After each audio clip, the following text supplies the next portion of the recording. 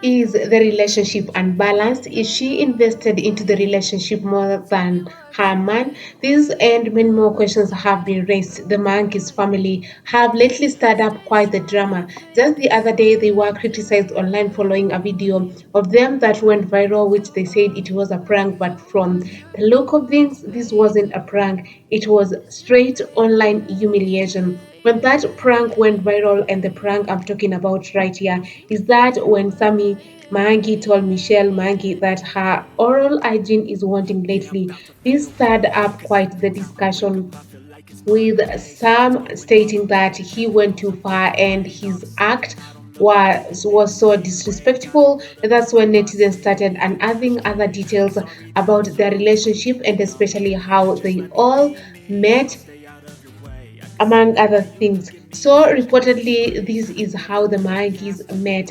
They were together for some time before they decided to tie the knot about 2 years ago, and they began dating back in 2020.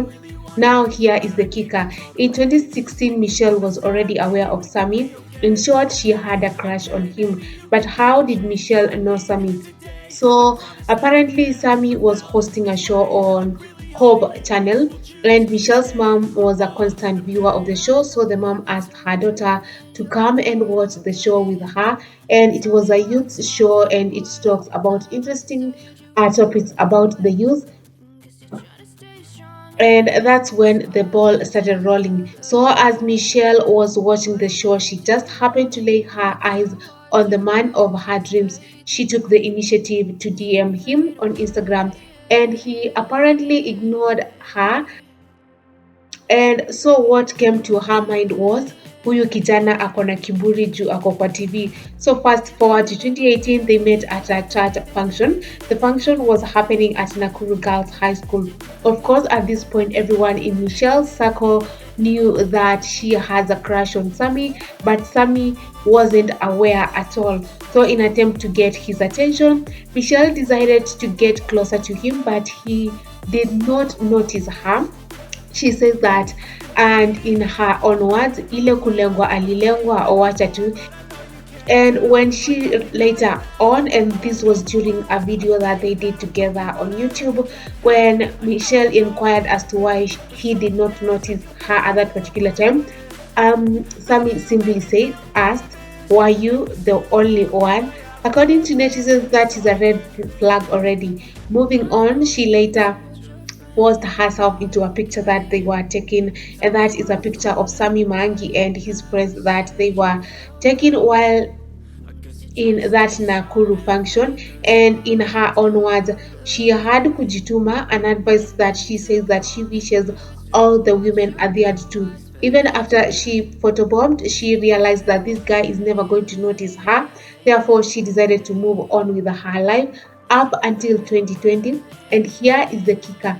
Sammy had not been lucky in finding the woman of his life, so he decided to go through down the memory lane, checking out some photos, and that's when he came across the famous photo that they took in 2018 at Nakuru Girls High School, and that's when he tried to figure out who the lady in the picture was, because Sammy says that he knew everybody else in that particular picture apart from him. So he started his inquiry about the mysterious lady in the photo, and his friend turns out that he offered to help him find out who the lady was. So after searching for a while on Facebook, they finally found her, and Sammy went ahead to text her, and that's when the love story began. Or rather, that's the love story of the Mangis. Well, what a fairy tale. The story seems out of a telenovela, and when you hear the couple narrate the story on YouTube, you will definitely be intrigued. But when you change gears and try to unearth more about the love story, you also find out that the story of how they met is also another red flag.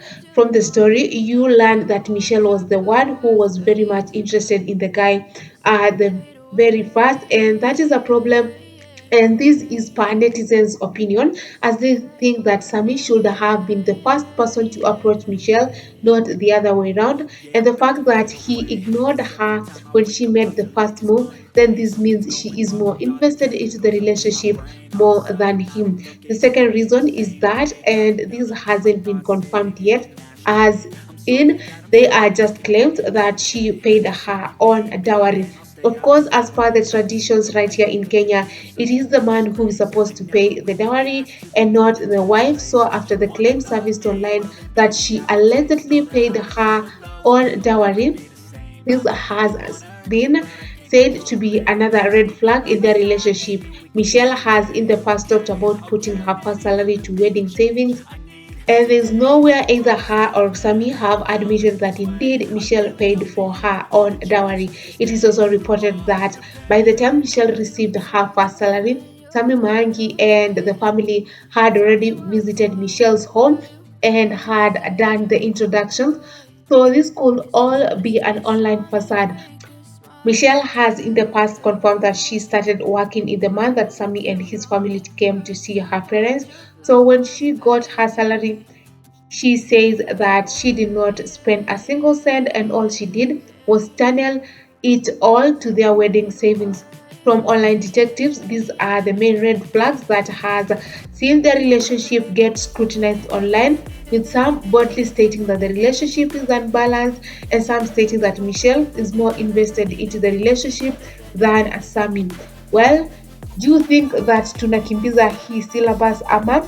Let us know your thoughts in the comment section. Keep the conversation ongoing.